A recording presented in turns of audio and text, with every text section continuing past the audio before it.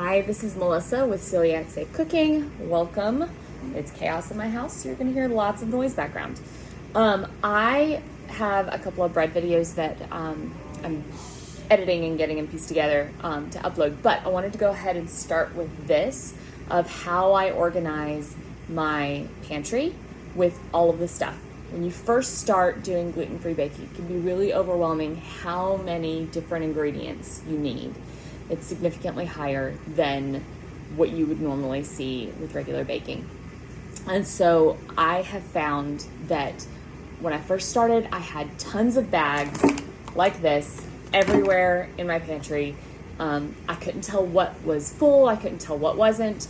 There were some recipes where I had to get more than one bag of something. And so I would have, tons of bags toppling over each other.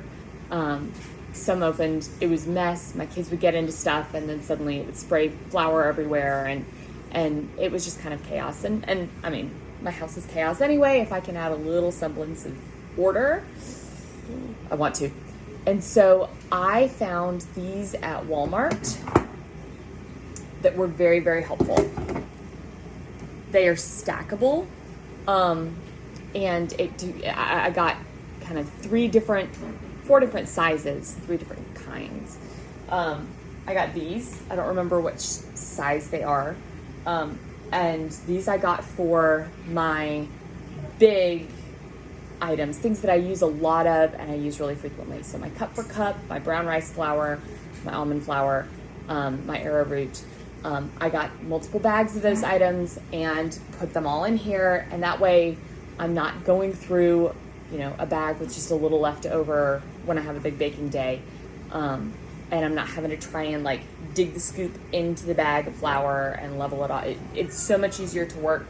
I can just open it. I can grab the scoop. I can level it off. I can keep going. I'm not creating an epic flour mess everywhere while I'm baking.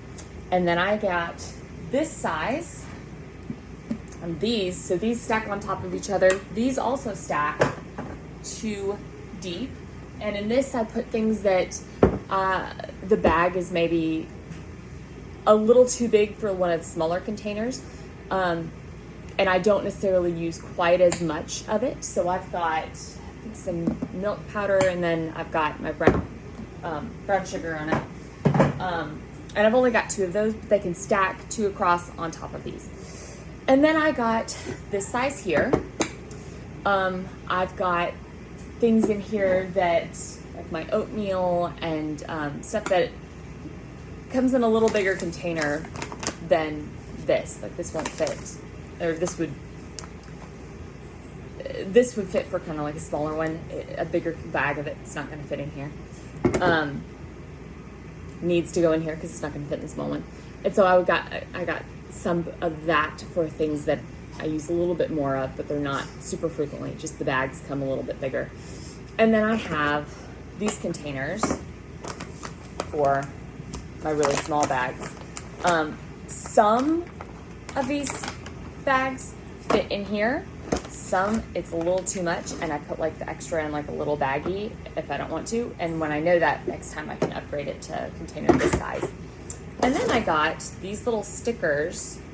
They're multi-purpose, dissolvable labels that I can write what item it is on it, put it on here. And if I end up needing to change the container out to something else later, it's not a big deal. When I wash it in just water, it completely dissolves. There's no residual residue. There's no stickiness. There's no marcation line for where it's been. And so it's easy for me to know what I have. It's all see-through so I can see what I'm running low on. I can stack them, and so they take up less space in my pantry, and there's not bags everywhere. So I have washed these already. This is the A, is this one. They also stack on top of these, which is nice. So I am going to be rebagging or bagging for the first time. I got millet flour. I'm going to try a donut recipe and it requires millet flour. And so I am going to be putting these in. Yeah. So this works just right. I would not put 2 bags in. That overflows. but I will sometimes cut off, if there's like a recipe that I really like or something like that, I'll cut it off the back and I will straight up tape it on here with these that I've rolled at like tape, rolled backwards, and use them on the back so I know it'll fully dissolve and it's not going to leave like sticky residue on it. So that was the millet flour. And so I'm going to take my sticker and I'm going to put it on the front. One thing to be careful of with these, this is not the handle. If you pick it up to hold it, that's the lid, it comes off, so you gotta like pick it up, but that works for me, I'm fine with it. Now I've got some potato starch. I don't know if this whole bag would fit in this container, but I don't have a whole bag, and so I am just putting what I have left over in here. And I don't use it a whole lot, so I'm probably gonna put this at the base of my pantry, so it's out of the way. But I am tired of having bags everywhere that are partially opened, and it doesn't lend itself to a very ordered pantry. And I like my kids being able to get in and get the stuff they need out of it without it being epic chaos because somebody knocked a container over and now there's flour all over everything. So there's that. Potato starch. My sticker on. Those two stack. We're ready to go in. And now I'm going to do my cassava flour. This one I'm going to try in here. I think it'll fit. It should. Sometimes to test it, I'll just straight put the whole bag in. But there's been a few times where I've done that. And then when I went to pour it, it like redistributed differently. And one thing you want to note is the lids go down a little lower than the base here. So if you're like, oh, this will fit, it'll fit fine. But it comes up above that. When you go to put the lid on, you're going to have like flour explosion because it goes everywhere. So be careful with that. Don't ask me how I know that. Tapioca flour. That's how I know that. It's tapioca flour. All right, so I am drying out the rest of the water from here from when I washed it because I do not want a cakey mess of flour and water along the side of my jar. Okay, my cassava flour. There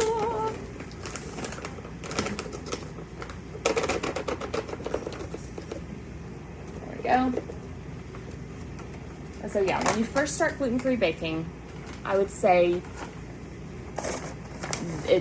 start off with figuring out kind of the key things that you're going to need and get them. And then as you go and accumulate, you have more and more types of flour. Finding some way of organizing them is going to be key. This one's blank, so I'm going to write it. So, cassava flour. Cassava flour. There. Now these 3 bags are out of my pantry. I have things that I can stack either on top or underneath, and they're out of the way and they're locked down. Nothing's gonna get in, nothing's gonna get out. The cat's not gonna, start chewing through holes, and I can get away with the bags. I also like it because I can sometimes, for my big things, I can go ahead and put more flour in the same container. I know I'm going to use a lot of it. I buy multiple bags. I can just put them all in. And it's easier to dish out of because this, your cup measures fit in here nicely. And you can scrape back into here and you waste less flour as well. You're not having to put something underneath to save and try and pour it back in the bag. Which is what I was doing before. So that is how I organize all of my baking materials and all of my ingredients for my gluten-free cooking. I hope that helps, and I hope you guys have a wonderful day, and I'm going to have some bread videos coming out sometime later this week as I get them edited for my gluten-free sandwich loaf and my gluten-free hot dog buns, hoagie rolls, those 2 staples that I tend to go to most frequently with regards to bread. You guys have a wonderful day, and let me know if I can help in any way. Bye.